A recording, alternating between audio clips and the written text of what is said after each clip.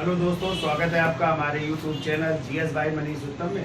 देखिए, चर्चा चल रही थी, कल हमने जो है कुषाण वंश की चर्चा की थी और कुषाण वंश में जो है आप लोग कनिष्क तक पढ़ चुके थे। उसके आगे जो शासक है उनके बारे में चर्चा करनी है, तो पहले रिवीजन करवा देते हैं, फिर आगे जो है चर्चा करते हैं। तो बताइए, कुषाण वंश की जानकारी के स्रोत कौन से चीनी ग्रंथ है?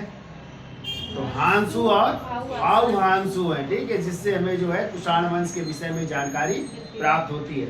और ये कुषाण शासक कहाँ के रहने वाले थे? तो चीन के, कहाँ के? गोबी मरुस्थल के रहने वाले थे, या तुषार प्रदेश के रहने वाले थे, ठीक है। और पूछा जाता है ये किस जाति के थे? तो यूची जाति के थे। किस जाति के थे? यूची जाति के थे। और इन शासकों को गूढ़ शासकों ने पराजित किया। पराजित करने के बाद वो वहाँ से भागते हैं और पहुँचते हैं बैक्ट्रिया या बल्ग पहुँचते हैं, और वहीं से भी आगे चल कर के 5 भागों में डिवाइड होते हैं, और उन्हीं में से एक भाग जो है भारत में प्रवेश करता है, पंजाब के इलाकों को जीतता है, और वही कहलाए कुई-सुआंग। क्या कहलाए? कुई-सुआंग। और यही कुई-सुआंग ही क्या कहलाए? कुषाण कहलाते, ठीक है। अब ये पूछा जाए इस वंश का संस्थापक कौन था? तो इस वंश के संस्थापक थे पुजुल कड़फिसस थे, जिनका टाइम है 15 से लेकर के 65 ईस्वी तक। ये इस वंश के संस्थापक है। और इन्होंने जो है पहले ये उपाधि धारण करते थे याबुक, और याबुक का मतलब होता है सरदार की। कौन सी उपाधि धारण करते? लेकिन सरदार की उपाधि त्याग करके इन्होंने जो है महाराजा विराज की उपाधि धारण की थी, और एक और उपाधि धारण की थी। कौन सी थी वो? धर्मश्री 10 की उपाधि धारण की थी, यानी सभी धर्मों के सत्य धर्म के अनुयायी की उपाधि धारण की थी। और यही शासक था जिसने तांबे के सिक्के चलाए थे, और इन सिक्कों पर ये उपाधि भी अंकित थी, ठीक है। फिर जो है अगले या इस वंश के वास्तविक संस्थापक पूछे जाए तो कौन हो जाएंगे? विम कड़फिसस, यानी को कड़फिसस द्वितीय भी कहते हैं, ठीक है। और इनका टाइम है 65 से लेकर के 78 ईस्वी तक है, ठीक है। और यही जो है जो बिम कड़फिसस थे, इन्होंने ही शुद्ध सोने के सिक्के चलाए थे, ठीक है। और बहुत सारी इनकी उपाधियां थी, और चूंकि इनके सिक्कों पर किसकी आकृतियां अंकित है? शिव, नंदी और त्रिशूल की आकृतियां अंकित है। और कहते हैं बौद्ध धर्म का अनुयायी होने के कारण, शैव धर्म का अनुयायी होने के कारण इसने कौन सी उपाधि धारण की? महेश्वर की उपाधि धारण की थी, ठीक है। फिर इसके बाद इसका पुत्र जो है अगला शासक बनता है, जो इतिहास के पन्नों में कनिष्क के नाम से जाना जाता है। और कनिष्क का टाइम है 78 ईस्वी से लेकर के 101 ईस्वी, या कहीं 105 ईस्वी तक मिलता है, ठीक है। तो देखिए, कनिष्क ने कई उपाधियां धारण की थी। कनिष्क को द्वितीय अशोक भी कहते हैं, ध्यान रखिएगा, कई बार पूछा गया है कि द्वितीय अशोक के नाम से किसे जाना जाता है? कनिष्क को जाना जाता है, ठीक है। और कनिष्क की जो राजधानी थी, वो जो उसकी प्रशासनिक राजधानी थी, वो थी पुरुषपुर, पेशावर। और जबकि उसकी दूसरी कला की दृष्टि से पूछा जाए राजधानी क्या थी? तो मथुरा थी। क्या थी? मथुरा थी।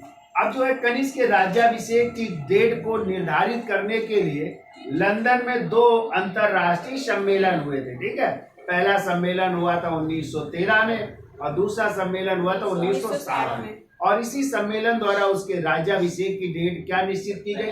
78 ईस्वी। और इस 78 ईस्वी को उसने किस संवत के रूप में चलाया? शक संवत के रूप में। तो यदि याद है शक संवत की डेट क्या है? 78 ईस्वी, जिसका प्रयोग भारतीय जो कैलेंडर है उसमें प्रयोग किया जाता है। और यदि आ जाए विक्रम संवत की डेट क्या है? तो 57 ईसा पूर्व या 58 ईसा पूर्व। तो यदि आ जाए शक संवत और विक्रम संवत के बीच कितने वर्षों का अंतर है? तो 78 ईस्वी और 57 ईसा पूर्व को जोड़ देंगे तो 135 वर्षों का जो है अंतर, ये भी आप लोग याद रखिएगा, ठीक है। अब देखिए, कनिष्क का जो है चीन के जो शासक थे, उनके सेनापति थे पांचाल से 2 बार युद्ध हुआ। पहली बार कनिष्क पराजित होते हैं, लेकिन दूसरी बार उन्होंने पांचाल को पराजित किया, ठीक है। कनिष्क ने जो है कश्मीर में कौन सा नगर बसाया था? कनिष्कपुर नगर बसाया था। और जबकि तक्षशिला में उसने सिरकप, कौन से नगर की? सिरकप, ठीक है, या उसी का दूसरा नाम भी है, तो वो सिरसुख है नामक नगर की स्थापना की थी, ठीक है। फिर हमने आपको बताया था कि कनिष्क ने पाटिल पुत्र पर आक्रमण किया था। कहाँ पे? और वहां से जो है एक बौद्ध जो दार्शनिक थे उनको लाया था जिनका नाम था अश्वघोष, और दूसरी गौतम बुद्ध का जो भिक्षा पात्र था उसको भी वहां से प्राप्त किया था, और एक अद्भुत मुर्गा भी वहां से प्राप्त किया था। ये भी याद रखिएगा, ठीक है। फिर हमने आपको बताया था कि महास्थान जो बांग्लादेश में पड़ता है वहां से कनिष्क की एक जो है मुद्रा प्राप्त हुई है, जिसमें उसे कैसे दिखाया गया? खड़ी, खड़ी अवस्था में जो है, या खड़ी चित्र बना हुआ है उनका जो है, उसको दर्शाया गया है। जबकि हमने बताया था मथुरा से कनिष्क की एक मूर्ति मिली है जिसमें उसे लांग कोर यानी जिसे कहते हैं चोंगा और पैरों में भारी जूते यानी लांग बूट पहने हुए दिखाया गया, ठीक है। फिर हमने आपको बताया था कनिष्क के दरबार में पार्श्व, वसुमित्र और अश्वघोष जैसे बौद्ध दार्शनिक रहते थे, नागार्जुन जैसे विद्वान रहते थे और चरक जैसे चिकित्सक निवास करते थे। और कनिष्क ने कौन सी बौद्ध संगीत का आयोजन किया था? चौथी बौद्ध संगीत का आयोजन किया था प्रथम शताब्दी ईस्वी में। कहाँ पे? कश्मीर के कुंडल वन में। यह हमने दूसरा जालंधर भी बताया था जिसकी अध्यक्षता की थी वसुमित्र ने, और उपाध्यक्ष कौन थे? अश्वघोष थे। और इसी समय बौद्ध धर्म दो भागों में विभाजित हुआ था, हीनयान और महायान में। हीनयान भी वैभाषिक और सौतांत्रिक में, जबकि महायान शून्यवाद और विज्ञानवाद में। तो शून्यवाद को माध्यमिक भी कहते हैं और शून्यवाद के जनक है नागार्जुन, जिन्हें भारत का आइंस्टीन कहते हैं। और दूसरा है विज्ञानवाद। विज्ञानवाद को क्या कहते हैं? योगाचार, और इसके मैत्रेयनाथ। जबकि इस को आगे बढ़ाने का श्रेय दिया जाता है असंग और वशुबंध को दिया जाता है, ठीक है। तो हमने बताया था कि कनिष्क ने दो कला शैलियों को विकसित किया था, एक मथुरा कला शैली और एक गांधार कला शैली को भी विकसित किया था। तो जो मथुरा कला शैली थी उसमें जो है लाल बलुआ रंग के पत्थरों का प्रयोग किया गया है, ठीक है। और ये जो है तीन धर्मों का इसमें समन्वय है, यानी बौद्ध, जैन और ब्राह्मण धर्म का समन्वय है। और इसकी जो मूर्तियां थी वो आदर्शवादी है। कैसी है? आदर्शवादी। और दूसरी कला शैली थी गांधार कला शैली, जिसे इंडो ग्रीक या ग्रीक बुद्धिस्ट शैली भी कहते हैं। और इसमें जो है मूर्तियों का निर्माण हुआ था काले स्लेटी रंग के पत्थरों से हुआ था। और हमने बताया था इसमें मूर्तियां बोधिसत्व और मैत्रेय जो भावी बुद्ध है ना उनकी बनाई गई। और इसमें जो गौतम बुद्ध की मूर्तियां जो बनी उसमें जो उनका चेहरा है वो यूनानी देवता अपोलो से मिलता जुलता है। और ये मूर्तियां कैसी थी? यथार्थवादी थी, ठीक है। तो यहाँ तक हमने चर्चा कर ली थी। और ये भी बताया था कि कनिष्क का अंतिम दिन जो है बड़े कष्टमय थे, ठीक है। तो उसी के सैनिकों ने जो है उसको कहाँ पे? तकिया में जो है दबा करके मुग्धरों से पीट पीट करके मार डाला था, ऐसा उल्लेख मिलता है। अब देखिए कनिष्क के बाद जो है उसका पुत्र अगला शासक बनता है और उसका नाम है वासिष्ठ। क्या नाम है? तो देखिए देख लेते हैं, थोड़ा वासिष्ठ की चर्चा कर लेते हैं।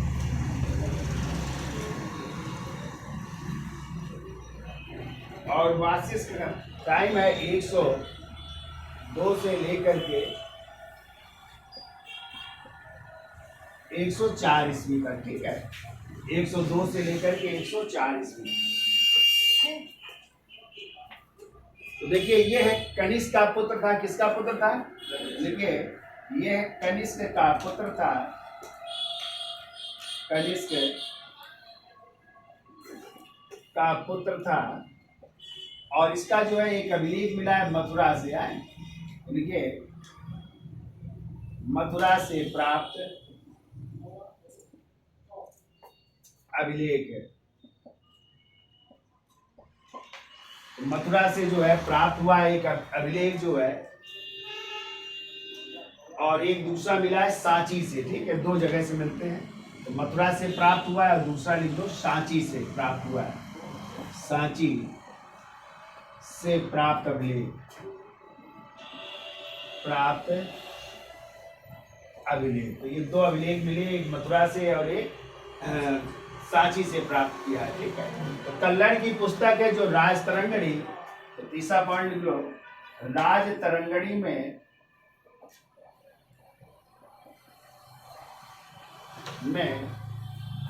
इसे जुस्क कहा गया है। इसे जुस्क, इसका नाम मिलता है जुस्क। तो जुस्क कहा गया है, ठीक है, तो जुस्क नाम मिलता है, इसे जुस्क कहा गया है।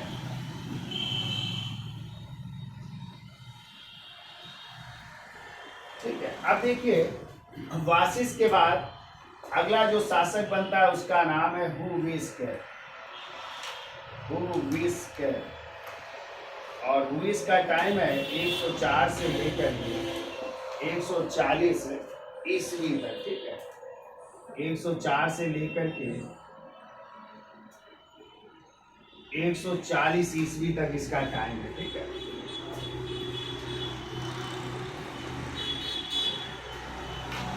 तो देखिए पहला पॉइंट, इसने कश्मीर में एक नगर बसाया, हुविस्कपुर नगर की स्थापना की। हुविस्कपुर नगर की स्थापना की, हुविस्कपुर नगर बसा रहा है, और यह शिव एवं विष्णु का उपासक है। नंबर 2 लिखिए, शिव एवं विष्णु का उपासक, शिव एवं विष्णु का उपासक भी था। इसलिए इसके सिक्कों पर लिख लीजिए, इसके जो सिक्के हैं तो सिक्कों पर शिव, कामा स्कंद, कामा कार्तिकेय, शिव स्कंद कार्तिकेय कुमार,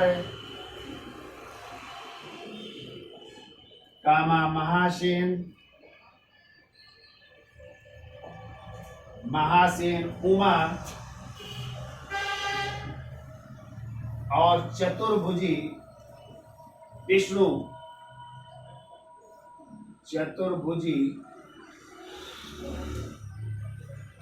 विष्णु की आकृतियां मिलती हैं। ठीक है, इसके सिक्कों पर किसकी शिव, स्कंद, कार्तिकेय, कुमार, महासेन, उमा और चतुर्भुजी विष्णु, चूंकि ये शैव धर्म का भी उपासक था और इसका विष्णु का भी उपासक था। ठीक है, फिर इसमें जो है अगला पॉइंट लिखिए, रोमन भेषधारी, एक रोमन देवी की आकृति मिली है, तो रोमन वेशधारी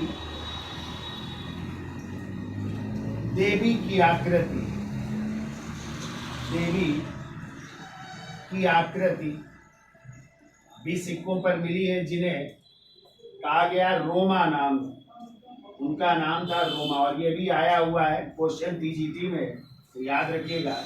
तो ये इसके अलावा देखिए हुविस्क के सिक्कों पर, हुविस्क के सिक्कों पर